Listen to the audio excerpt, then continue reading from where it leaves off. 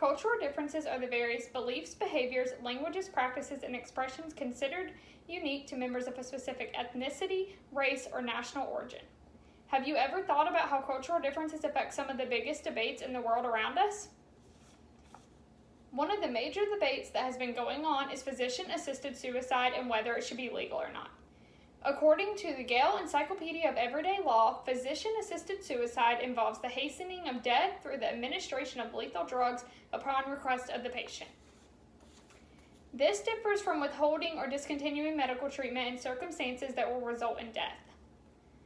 This would be different from stopping medication, do not resuscitate, turning off respirators, etc. I believe it should be legalized to help the suffering stage of the patient that is not going to make it.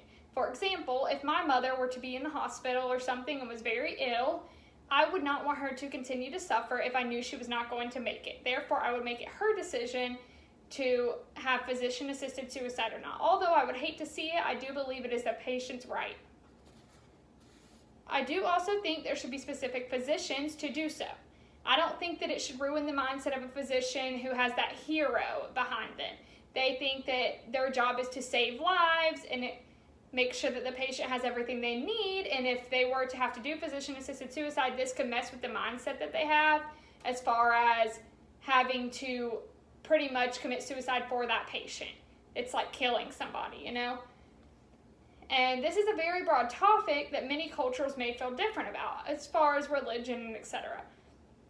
Joseph DeVito explains that as a country, we have become increasingly sensitive to others' cultural differences. I feel that this topic could really speak for that. I stand firm in my thought, though, that physician-assisted suicide should be legalized here in America. According to Christine Watkins, sex education is the process of acquiring information and forming attitudes and beliefs about sex, sexual identity, relationships, and intimacy. This being taught in schools is another debate around us today. I believe that it should be taught to kids like it was when I personally was in school. We were offered 2 different classes when I was in school. There was a stepping stones class, and then there was a lower one down, where our parents had to sign a paper to get us signed up for that class to where we could learn further about the sex education on a different level than some others maybe. Whereas some people wanted their child to learn less and teach them more at home. Some people wanted them to learn more in class.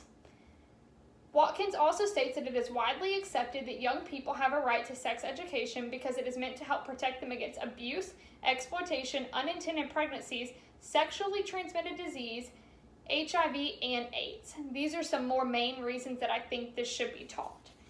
I think in this day and age, children need to be taught at younger ages because they are learning more at a younger age.